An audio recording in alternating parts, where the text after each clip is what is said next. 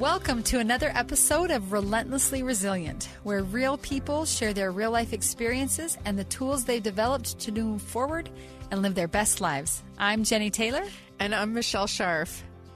It's a fun day today, right? It is. You know, it's fall. The weather is changing. We're leading up to what everyone knows is the busiest time of the year, this holiday season that's about to be upon us. And I can't help but think of what holidays look like in families like ours, where there have been some dramatic changes in the last couple of years. The holidays can be an awesome, amazing time, and they can be pretty heavy. And sometimes they can be 5-alarm fires with police calls. They can. So, Michelle, you and I were talking off air, and to our listeners, we hope you'll join us today for a fun co-host conversation about holidays, all things holiday, but particularly Michelle's favorite holiday. Yeah. So, Michelle, can you tell us what is your favorite holiday? Because I think it's one that is probably not as common among most people. Most people are maybe going to say it's a Christmas or it's Easter and Halloween with candy and kids. But, Michelle, tell us about your favorite holiday. Yeah, growing up, my mom always put on Thanksgiving dinners. And so it was a lot of work. She'd get up early. She'd start the turkey early in the morning. And then she'd start with orange and cinnamon rolls. And she always had the Macy's Thanksgiving Day Parade on. And that was my traditional Thanksgiving every Thanksgiving of my life. And I loved it. I got excited setting up the house, getting ready to take in all of these extra guests, finding extra chairs wherever we could find them so that we could set all of these extra people around a table. And to me, it was just an electricity and a vibration in my home that was just so good. And I think a lot of that was due to my mom. My mom really, I don't know that my mom ever really enjoyed cooking, except that I think she really enjoyed cooking for Thanksgiving. And I feel like that kind of got handed down to me. I ended up moving away from home pretty soon after I got married. And so we weren't close and, you know, we couldn't always travel back to family. And so I would have my own Thanksgiving dinners at my home. And I hope that I have kind of given that excitement to my children as well. I used to overdo it because I wanted to put everything. Wait a sec, Michelle, you would overdo something? Like that could be a whole episode. Jennie and Michelle talk about overdoing things. Sorry, that was a little sidetrack. Tell me how you overdo Thanksgiving. Describe that to our listeners. You called me out on this. You of all people. I threw Jennie and Michelle overdoing things. I threw that both in there. I just thought it was funny how nonchalant. I wake up and I find out, oh my gosh, Jennie's doing this. Oh my goodness, I told her I'd help her with this, so she's already taken it and gone a whole different direction. Okay, I want to hear about how you overdo Thanksgiving, please. Tell me what that looks like. So I started out by doing like probably every single kind of side that my mom would put on the table. So like the green bean, French casserole. And I did all of these sides and a lot of them that I didn't even like. But it was tradition. It was tradition. Yeah, it was tradition. So we just did them. My favorite side is actually my grandmother's cranberry jelly, which I don't typically really like cranberries at all. But she made it fresh from cranberries. You boil them. Yeah. You put the whole oranges in there, tons of sugar. And I just love the flavors it's just bursting with fall. So you and John would have a beautiful Thanksgiving, just you and your kids in your house, and you would still go all out. Yes, and my husband would complain. Could you do it in a day, or did you have to start a couple days ahead? To get all the... Well, I mean, that's a lot of... Yeah. How many ovens and counters and space do you have at once? Yeah, well, and I had a small home, but I did have a small family, so I wasn't doing huge amount of sides, you know. The quantity of variety. Yeah. So, yeah, sometimes I would start the sides the day before, and sometimes the pumpkin pies the day before. Sure. But, yeah, there was so much wasted food, really. I look back at that. I'm like, I don't know what that was about. My husband finally convinced me. Yeah. My husband finally convinced me. And then when the kids got older, he said, you need to start letting these kids participate, you know, get them to be involved and choose. And the sides changed. And one year my daughter Hannah brought, I believe it was Brussels sprouts with they were candied with some nuts in it and Sounds bacon. Delicious. And it was amazing. Yeah. But not on your typical Thanksgiving menu.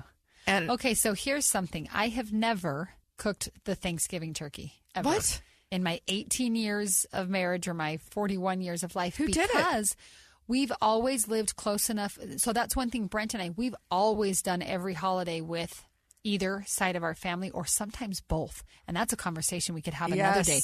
Because we both grew up with these wonderful, loving families. The holidays were a big deal. And when we got married, the away year, the home year, his or her turn, we would just kind of do both.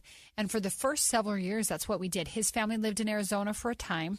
And so obviously, if we went to Arizona for a holiday, we couldn't also be in Utah. But once his family moved back to the Wasatch Front, we would do Thanksgiving at my mom's house, and then we'd go to Brent's mom's house, and then maybe we'd go to my grandparents' house. I mean, and it got to the point where I can't say that I loved those the days, holidays, right? Particularly with little kids, because you're dragging little kids around. Guess what? Little kids don't want green bean casserole or Brussels sprouts. Right. And so we're racing to 2 or 3 dinners on a Thanksgiving, wondering if McDonald's is open in the middle to try to get a little kid something to eat. So over time, we learned to kind of say, you know what? If we're rushing around so much on the holiday, we're missing the whole holiday. Now, we were rushing around because we wanted to be with our family, but we kind of got to that point where you just can't be everywhere at once. Mm-hmm. But the point is, Thanksgiving's never been at my house, ever. I've never done a Thanksgiving, just me, my husband, and my kids, ever. And so I'm usually the one bringing a salad or a side or a couple things, or show up with a couple pies for dessert, but not the whole feast. So I'm trying to picture if it's me in my kitchen trying to prepare everything. Yeah, with 4 kids, extended family. Yeah, with sounds 4 exhausting kids, and messy. It was, and which is why my husband hated it. Okay, so why do you love it so much? I really Let's think dive into why it's your favorite holiday. It's not just the Brussels sprouts and the turkey. I think it's really the tradition of working with my mom in the kitchen, and it was the one time it was the labor of love that I saw her doing. And I was responsible to cut up all the vegetables, and I love doing that. And I think it's been a spillover because now if you come to my house, there's always charcuterie. Oh, very good. I'm really into charcuterie boards. I buy different kind of boards, and I like to put them together. Just have it all ready to go. Well, that's pretty much all I eat.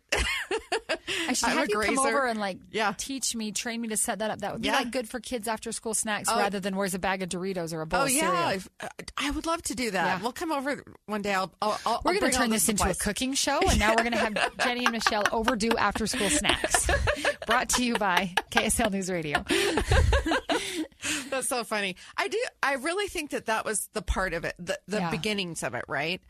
And then there's the cousins, right? So growing up, my cousins would come over, and I didn't always get to spend time with my cousins. And I loved my cousins, and I love my extended family. And I really just love people in general. So the more the merrier. My family wasn't very social. Both of my parents are not extroverted people. They didn't have a lot of friends growing up.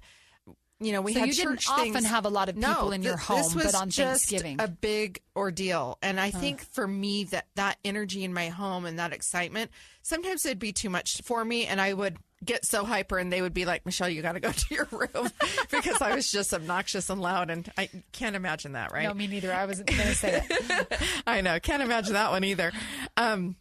But I remember one year, there was a year that the men had all gone deer hunting like a few weeks earlier. And we had a barbecue where we had the deer meat a couple weeks earlier. Then we had this big Thanksgiving. And at Thanksgiving, I can't remember, but for some reason, I'm just triggered by that memory of those two things being together. The deer hunt and the holiday. And I had a cousin that came over. And they're like, I dare you to drink this olive juice, because we were putting together the olives, the carrots, the celery boats, you know. And I was probably, 12, 13. And I am a person, like, if you give me a dare, I'm probably going to do it. Also not a revelation to any of us. Really? So are you talking like the olive juice, like from a can or a jar of olives? Yeah, black olive juice. So they're like, I dare you to drink this whole thing. Was there money involved in the dare? No, it was just a cold dare. Okay, keep going. You know, it's pathetic what I'll do for absolutely nothing. Ego. I love that. So then I started drinking it, and they're like, no. Okay, you can't drink it like that. And then they poured it into milk. So it was milk and black olive juice. And I drank the whole thing. You did? Yes. Wow. Yeah. I don't even know where to go with that. It actually wasn't that terrible. Wasn't it?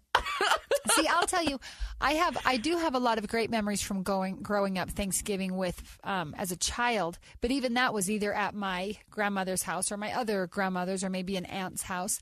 It wasn't often in just our house. We were always with the extended family. And I love that. We got to the point where we'd meet at a church because there'd be like 60 of us for Thanksgiving and nobody's got a living room big enough. But it's interesting now because I live very close to my brother, very close to my sister, very close to my parents. And our kids are all cousins, but really like siblings. And so we have Sunday dinner every other week at my mom's house, which is almost as big as Thanksgiving anyway, right? Right. But I will tell you that you've mentioned olives. What does every kid love with olives but putting them on your fingers? Yeah. And eating them And off. I have so many memories of either my mom or the different aunts being like, no, you can't take all the olives. But you couldn't just have an olive. You needed 10. Right. Every time you came by, you needed 10. To this day, I love black olives. I really do. I'm starting to like other kinds of olives as I get older. Yeah. But there is something about the family part of a holiday that really is brought together by the food. And maybe this could even be a side conversation. That might be some of what's lacking in today's homes a lot. I know for my house, I don't make big dinners where I'm involving the kids and peeling all the potatoes and it's this regular every single day in the kitchen. It's what can we hurry and throw together or pick up or order in and then we're eating.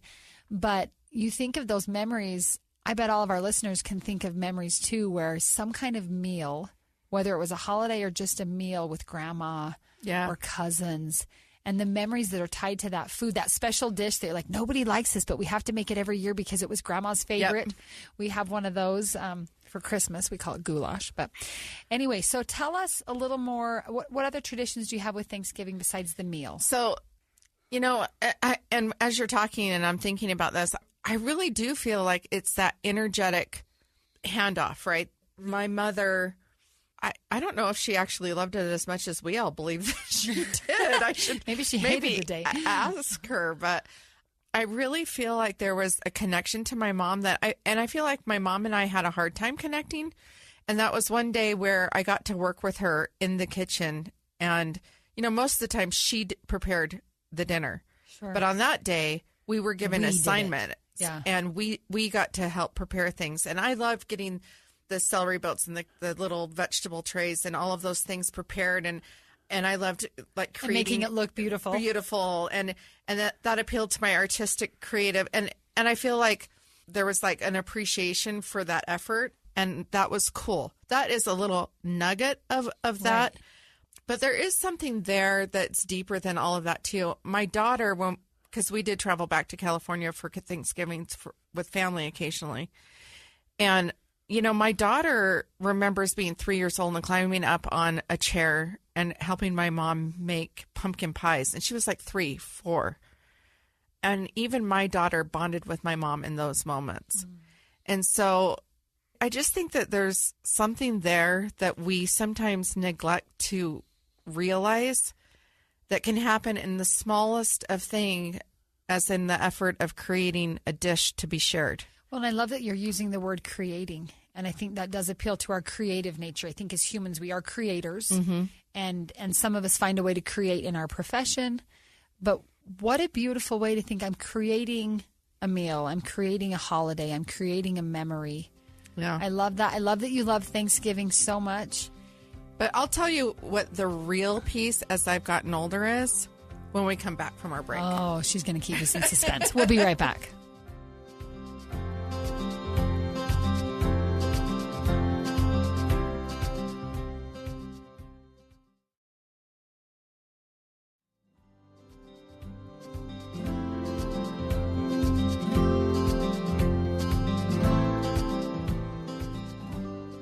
All right, Michelle, you've left us hanging. What is the real gem underneath the food and the memories and the pie and the olives? Yeah.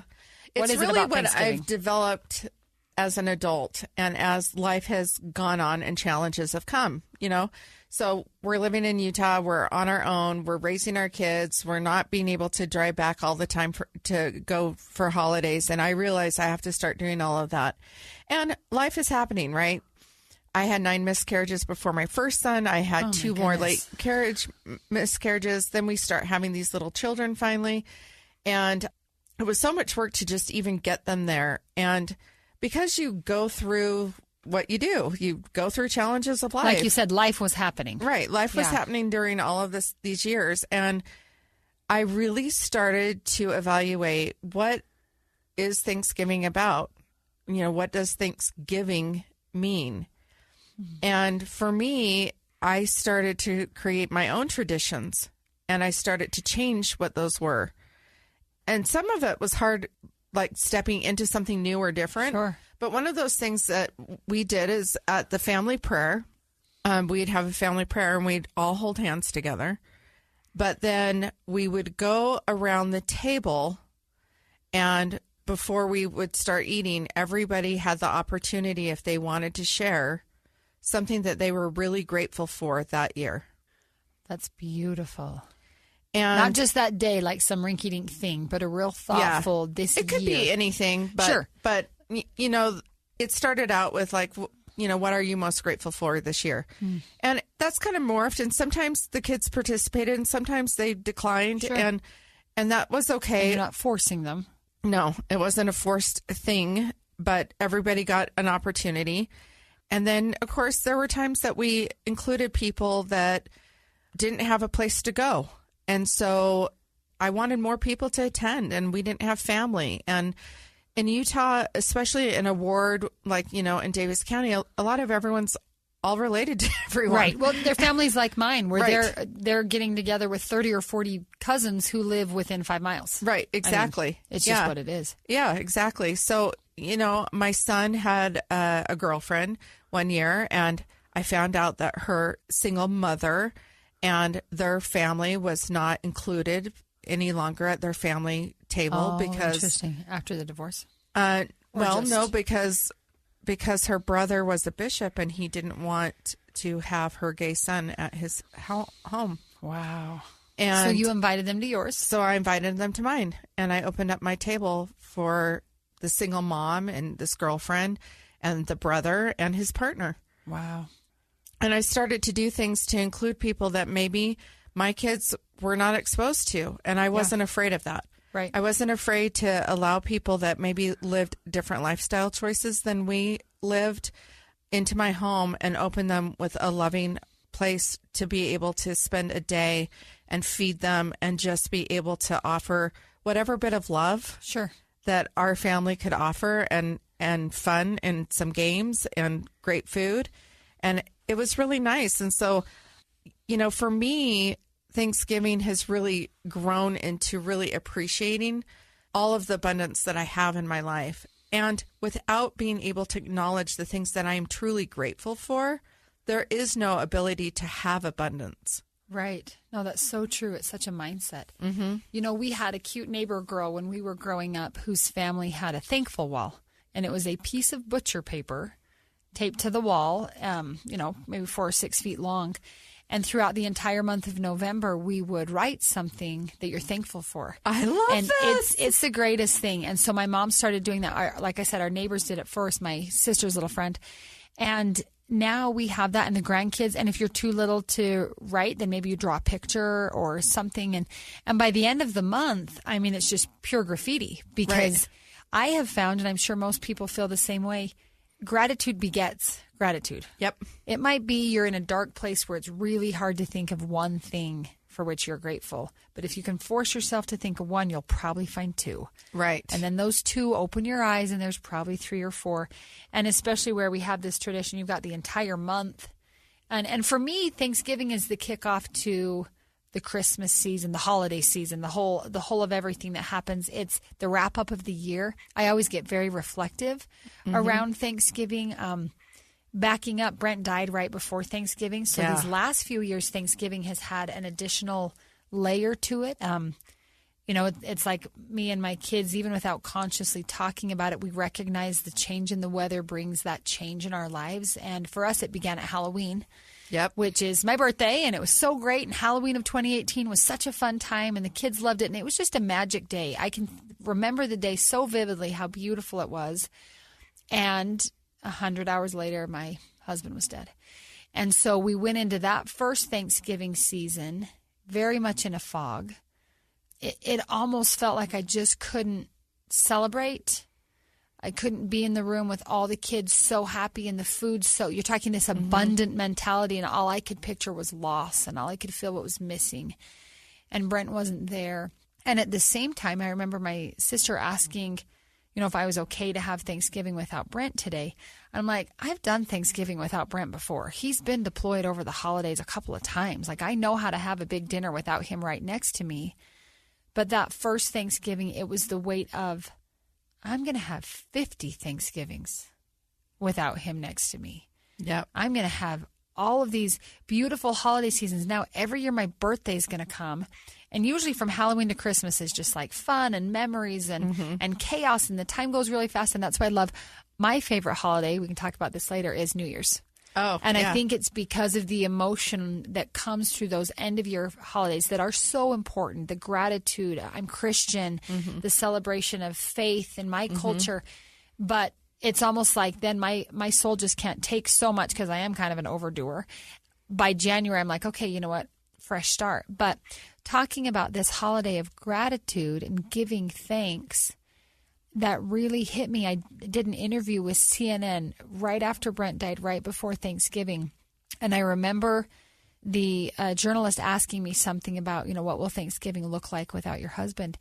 And even though I was sad and dark and in a fog, I could not stop from just saying how grateful I was, how grateful I still have so much in my life to be grateful for. And whether that's this free country I live in, or the fact that my husband literally gave his life for me and for my kids and for my country. And I found myself shifting from this heaviness, which the heaviness is still there, I'm not going to lie. But that gratitude, that abundant mindset, to where a phrase came into my mind, and I've used this quite a bit these last 3 years because I feel like gratitude is the key to unlocking grit and grace. And, we use the phrase grit and grace, grit with grace, however you want to say it.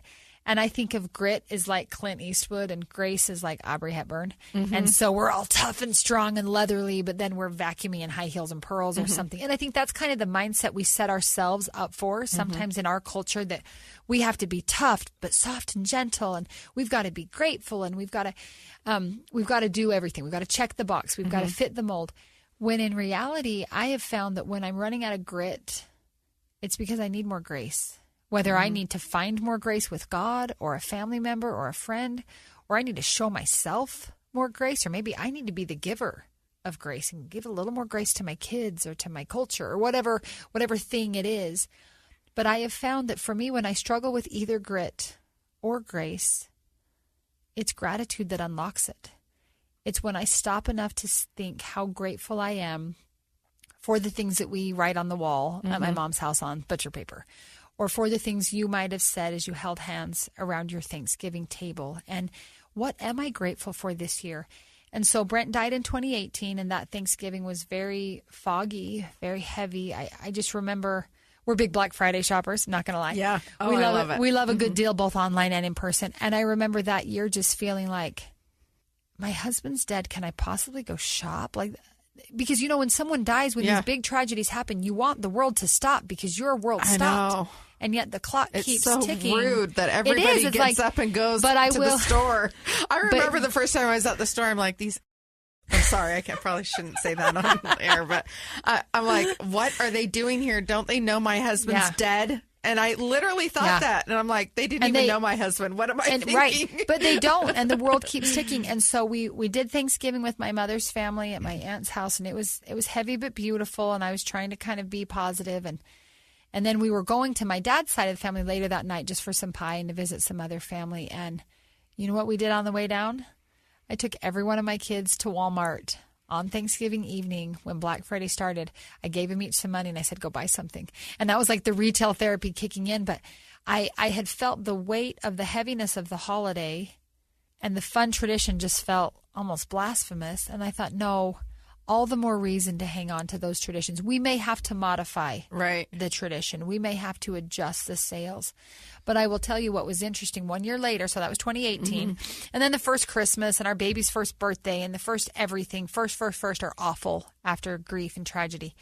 But when we got to Thanksgiving of 2019, a year later, after a whirlwind of a very public ceremonial year, I found my gratitude list miles and miles long. And that was like the most ironic holiday of my life, to think I've had one of the most blessed years of my entire life. I've been alive 40 years, and this has probably been the year full of the most blessings, and it was the year full of the most grief and the most sadness. Yeah. And how simultaneous those two things could be. So Thanksgiving for me in these last couple of years has come to be a new outlook. There's a new layer to it. And it's not just the food and the feast, but it's that mindset. That will always be when I started to feel the power of gratitude in relation to my grief. Yeah. That those two, the gratitude could help me through that grief. And that was kind of a secret key that God gave me that I've realized, oh my gosh, it works. So this is the interesting thing about gratitude for me. And that's why this is the big piece, right? It truly is the key to abundance, because unless you are able to see the blessings and be thankful for the things that you have or have been given to you, or you just even acknowledging the appreciation of a thing or a person, that creates an opportunity for you to really see all the things you have.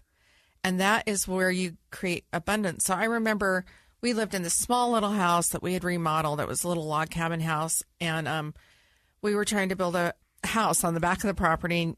You'll understand this. And we couldn't get it passed through the city. So we had to sell that house and move, buy a lot 3 houses down and across the street. One of my friends in the ward said, you must feel so lucky to have this nice big home that you just built. And I thought about that for a few minutes, and I thought, no, I do not feel lucky, but I feel a great sense of gratitude for having a husband who's worked so hard, that we worked so hard to build what we had. We were able to sell and create this. And I am grateful every day for the ability to have the space and be here in this place. So let's talk for a minute about that, because I really like what you've hit on. I think sometimes from the outside, it's easy for people to look and say, you are so lucky. You are so lucky you got that, or you got to do that, or you had that opportunity. And there's good luck and there's fortune and there's all kinds of opportunities that can come our way. But I don't believe in luck. But right, no, that's what I know you don't. That's why I want to talk about this a little bit, if you're willing. The difference between luck, as in it just happened and it just came to you and you sat down, playing with the daisies and did no work, versus the appreciation that comes because I've worked for and maybe achieved something. And whether this something is a thing or an opportunity or an experience. Can we talk about that a little bit more? Tell me your thoughts on this luck versus this appreciation for the work that goes into getting something. So I don't believe in luck, because I think luck is just like something that kind of falls your way. And I don't think anything really actually works that way. And I think that the universe that we live in, this world that we live in, I think it's all about connection. And so there's no mistake that when Brett was leaving in August and they were having that farewell and I couldn't attend, but I'm watching the pictures and I know in my heart I'm going to be doing something with Jennie and I'm going to help and support her in some way. Don't know how. Right. Don't know when. Never could have described what it would be. In a million years, this would have not been the right. I'll help her by starting a podcast. Right. Or the fact that Brent would be gone and we'd be widows together. I thought I was going to help support you while he was away. Right. And yet the very short term. Yeah. And it really started by you helping me back. When I got word that Brent died and I was lost and wandering in a parking lot, I'm trying to fathom this. And selfishly, I was like, I never received that flag. And I'm like, am I ever going to have this flag? And it had such meaning to me. It was so powerful to you. It was such a powerful thing. And I felt like I had just walked out of my husband's dad's funeral the day that it happened. I mean, like, talk about those timings, how right? bad does it have to get? Yeah. Yeah, like how much more and how many things are going to happen? And, is this world not seeing the beauty of just the dark and the weight. Just the dark and the weight of it. And I feel like it's okay to see that. And I feel like sometimes, especially in our culture, I was certainly LDS for a very long time. We kind of get into toxic positivity a lot, where we only focus about the good and the good and the good and the good. I think it's really important to go, this is a lot. This is heavy. This hurts. And I do fall into those dark spaces, and I explore those spaces a little bit. Like I will spend time in pain. Mm-hmm. But then stepping out of that and being able to look back and say, this is what I love about you. I remember talking to you early on, and we had an and moment, and I'm like, she's my girl. Right. Like, this is all hard. It's an and conversation. And there are some really beautiful, powerful things here. So when my husband died, and I was sitting at his desk trying to finalize his business dealings for his company, and I was trying to get some billing in, and I was trying to get some bills paid, and I was trying to finalize the end of his company. And I was sitting there, and I had a book on gratitude, and I opened it up, and I was feeling overwhelmed in darkness in that moment.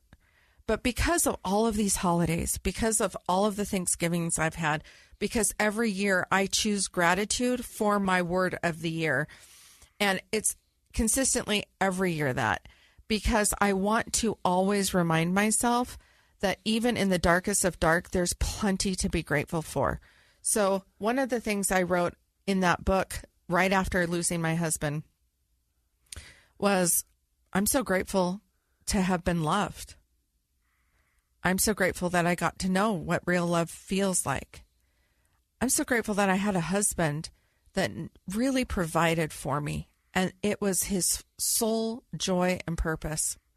And he wanted nothing more than just to give to me. Like what? I did nothing to earn that. But this man loved me so much that that's what he wanted to do. He provided for our children and our family. And sometimes he was selfish with other things too, right? And he wasn't perfect. And neither was your relationship or your life. Yeah, exactly totally. Right. But all of these things are also true. Right. I was well loved. I was well provided for. He really never wanted me to work, but I always did because it's just my personality. Sure. And I was able to take this dark moment. I think I was able to write like 10 or 20 things pretty quickly. And I just sat there staring at it. And it's like, as dark as today feels, I have so much to be grateful for. And it's interesting to me today. I'm starting to date.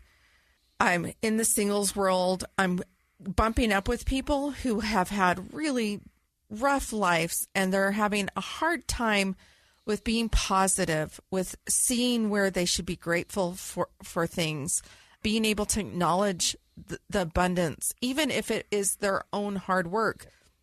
Even if it's your own hard work in the doing, you can be grateful that you're healthy, right? That you have the ability to get up and go to work. You have the mental capacity to really push through, right? Yeah.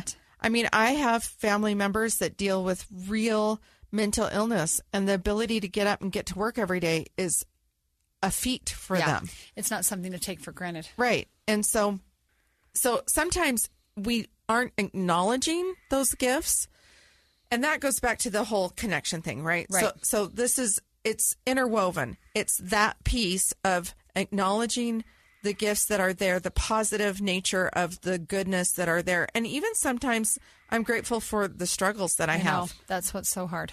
Right? And I think that this is the piece that is so crazy. I never knew that you could experience joy and grief in the same moment. Right. Okay, we're going to pause for a second and come back and talk about that. How do you have joy, grief, gratitude, and heartache all at once?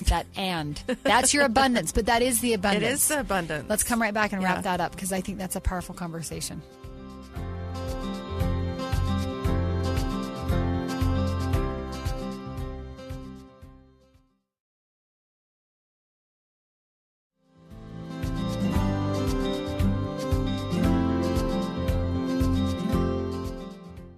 Okay, so Michelle, let's talk about this. Grief and gratitude, joy and heartache. It's not either or. Mm-hmm. I think a lot of times when we lose someone or when we know someone who has lost someone, we think that after a certain amount of time, the grief will give way to joy. Mm-hmm. Or the heartache will go away and then we'll be happy again. Like it's this choose one emotion at a time. Tell me what your experience has been and your thoughts on that. So I have experienced both joy and heartache all in the same breath. For instance, this might be a piece that somebody could maybe understand easier. When John died, I was in shock, and then I was celebrating over my husband's dead body. My knees were kneeled at the side in bed next to his chest, and I have my hands in the air screaming, "Baby, you made it. You finally made it." And I am overcome with shock and grief that he's actually gone, and I am celebrating that his journey and his pain is over. It was both. Right, it's both. In the same moment. And until you experience it, it's hard to describe. It's hard to describe because you can't possibly believe that those emotions, which are so opposing, could be present at the same time. Yeah. I remember the day after Brent died, we did our first press moment with the media out on our front lawn, and I sent my sister, and very clearly remember thinking how important it was for me to communicate that we had heartache, but not regret. Like, and that's sometimes hard to even think, let alone say. I don't regret that my husband was willing to die for my country. I believe in the principles that drove him into that uniform. Right. I believe in the cause that he thought was literally worth more than life itself. And I'm devastated by the fact that he's not here. And right. his 7 kids that will not have a father by their side for the next 70 years of their lives. And yet it's and. I am devastated and I'm grateful and I'm proud of him and I'm firm in my convictions. And to think of, John, that moment, I reflect on that so often when you told me that story, how you celebrated his release from that body that was getting in his way and that was holding him back and that was so much pain and struggle. And I think that in our culture, I love that toxic positivity. And you wouldn't think that positivity could be toxic, but it becomes Pollyanna where nothing's wrong. Everything's fine. And then eventually, like, the whole world crumbles down because, of course, not everything's just fine all the time. How can we get better in our culture at being heartbroken and happy, at being grateful and devastated? I think it goes back to connection, which is the other piece of all of this. I think that is that other part of the Thanksgiving table, whether it's all of the people that come to join in the home or the moment that you're sitting there all connected and holding hands and sharing something that you're grateful for. It's that connection that we all matter and we all have a purpose and a place in one another's life. And these are the people that sometimes you choose and sometimes they're the people because they're just your family. But we're all here to learn and grow from each other. And I feel that goes back to connection. I feel like the purpose of life itself is to truly learn how to connect and truly learn how to really love another person without all of the buts or ifs or, if only or if they did or someday if they could, this will. Yeah, if only I can get through this, then I'll be able to love or connect or be happy. Right. Let's talk about that for a quick minute. We don't have a ton of time left. What are some ways we can connect this holiday season? And by holiday season, I mean this fall into winter. For some people, it's Thanksgiving and Christmas. It might be a Hanukkah. It might be a different celebration depending on what your culture and traditions are. But the greater American holiday season, in quotes, that involves lots of shopping and lots of food and lots of family and community gatherings. What are some ways maybe we can focus on connecting? Because sometimes we can be in the same room and we haven't connected. Right, absolutely. What would your thoughts be to share there, Michelle? How can we better connect? Well, I think that sometimes it's just the pure intention of it. So maybe we need to get intentional. So if we're going to have these people over into our house, what's the energy that we're going to set in our home? How do we create that environment? How do we open it up so that people feel welcomed? Is it lighting some warm, fragrant candles? Is it having some nice, loving songs playing in the background? Is it being able to create a space that is inviting to be able to set that tone and that intention. And then to really just make an effort to take a moment and be present. I think we spend so much time, and definitely there were times that I was more stressed in the process. And if maybe I just took a breath and said, I'm going to be present, to be here, to enjoy making this pumpkin pie with my grandchild, or to enjoy rolling out the dough with my grandsons or my sons, Yeah. And I think it's difficult because the other part of grief, and I know that we're kind of both experiencing this, grief is hard because it's individual, right? So you've got your grief, I've got my grief, my kids have their grief, your kids have their grief.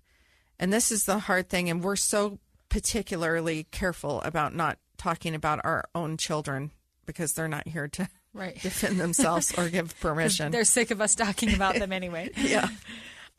But, I've had a struggle in the last year, and I'm disconnected to a couple of my kids, not for my choosing.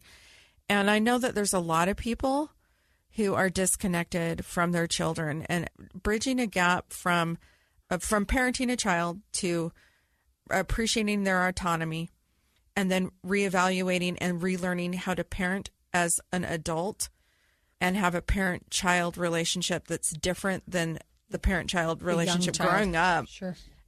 You're always going to be these people's parents, but at some point, there's definitely a line of adulthood that you have to realize they don't need my advice, or maybe they don't want it, and you need to learn how to wait and be patient. You can't decide things for them. It's complicated when you throw on top of that grief, right? And particularly unresolved grief. So if you have somebody who's not feeling their feelings, who's not processing, not willing to acknowledge it. Right. Or maybe they are and they don't want to process with you, or they need to disconnect with you. Or they process a very different way. That's what I'm seeing in my own home, or even just in people I know, where what might work for me might not work for one of my kids, or what works for my kid last Thanksgiving might not work at all this year, because as kids grow, whether they're growing from age 3 to 4 or 23 to 24, we're evolving. The crazy world around us is evolving. It's not a one size fits all, even for the same person. And I think I love your word intentional, connection, deliberate. And I think it is creating the space, and that space is both physical and emotional. Right. Creating a space that feels safe and inviting, and then letting people work at their own pace. Pace, right. Yeah. So, I have a situation where I've opted to just give space. And energetically, I'm also putting out into the universe love. And I believe in energy, and I believe in the ability to connect. And I believe that love can be felt. And when that person's ready, they can choose to step back in. Yeah. But, we're all moving at our own places. And I feel like we have to give each other some grace. Yeah. And sometimes we don't get to choose the connection. And sometimes we have to give ourselves the grace. Yeah. I know I'm hard on myself. Let's say something didn't go well with one of my teenagers, or maybe I lost my cool with one of my little kids or something. And then I'm the bad guy and I'm beating myself up. And when really that's not going to help the relationship at all. I know. Whether I'm beating them up or beating me up, it's that same negative energy. I know. This is the other part of us that is very the same. And I loved it because we were sending each other text messages I think it was a couple days ago. And I'm like, oh, don't beat yourself up. There's plenty of people to beat you up for you. There's plenty of people beating you up in the world, Jennie. And I had to laugh at that. But I think the beautiful takeaway we can have here is we go into this holiday season, and it's busy, and it's a pandemic, and it's stressful, and there's money issues and diet issues, and there's all kinds of things that get tied up into the holidays. What if we just tried to have a little more grace? Yeah. A little more gratitude, and maybe not take it all so serious. Maybe not. Yeah, I was just going to say that. Maybe not take it all so personally and so seriously. What if we could let ourselves be in the moment? And if that's the burned turkey or the lumpy mashed potatoes or whatever it is, I also love what you said, that the beauty of making the pumpkin pie or the meal, you can get stressed because there's so much to do, or you can just enjoy the process. Yeah. Is it just the bite of pie that is so important at Thanksgiving, or is it the whole process of shopping for and making and preparing and putting your love?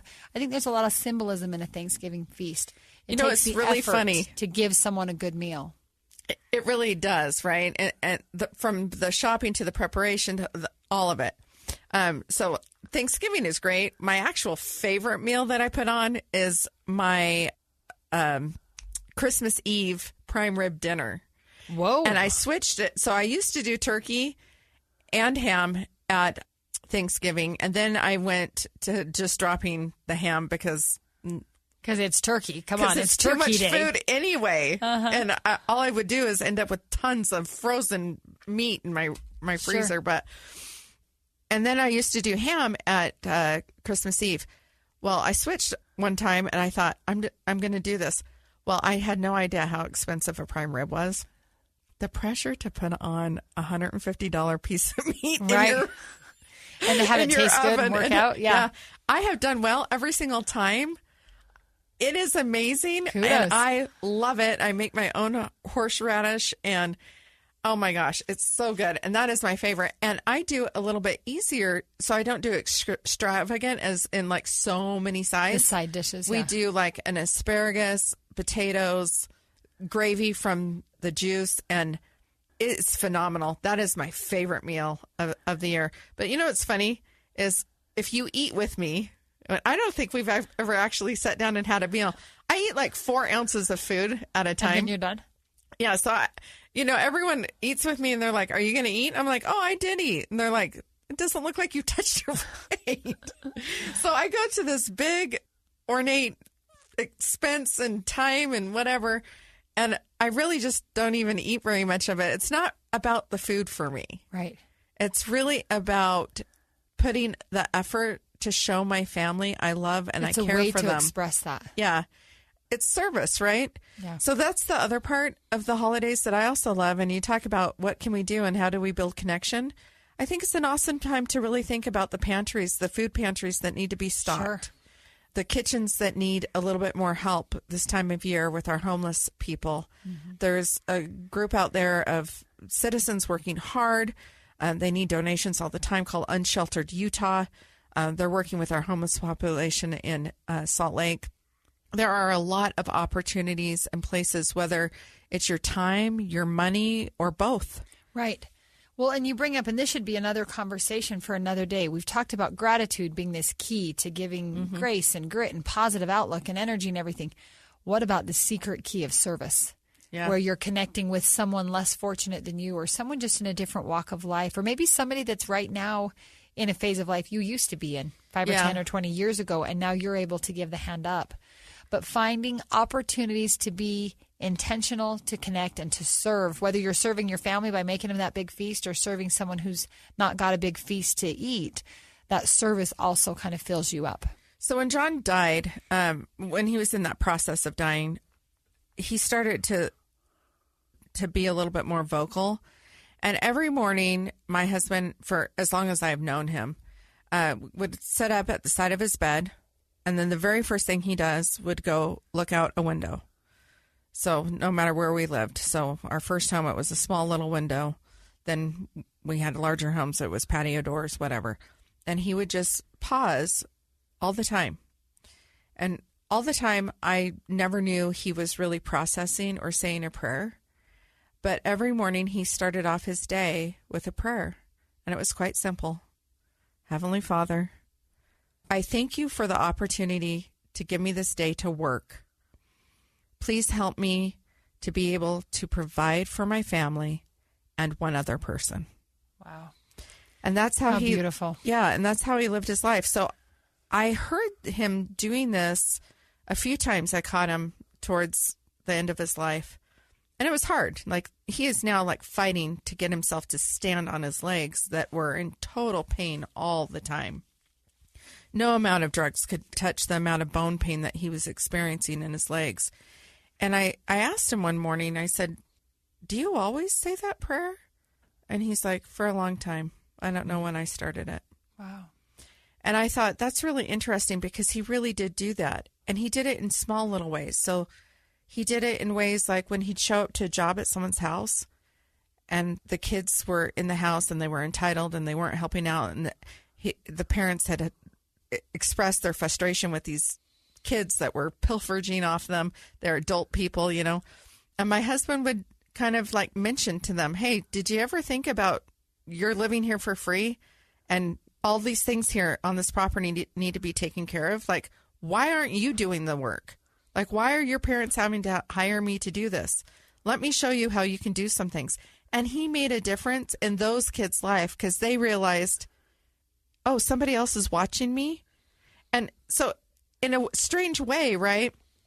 Some stranger walking into a house and just commenting on some things that have probably been talked about 500 times with the parents and these kids, right? But after, when John was sick, that couple came to say goodbye to John and tell me the story about how that made a difference. And so, there's just little ways of showing up. One day, John was at a 4-way stop sign, and a lady went through the stop sign. A car T-boned her, and it rolled her car over. The car wasn't seriously damaged or anything.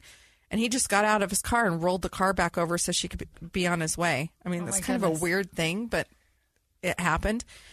People on the side of the road with running out of gas, or he owed that one to the universe because he was always running his truck out of gas. But anyway, he would help people get to gas, and he would change tires.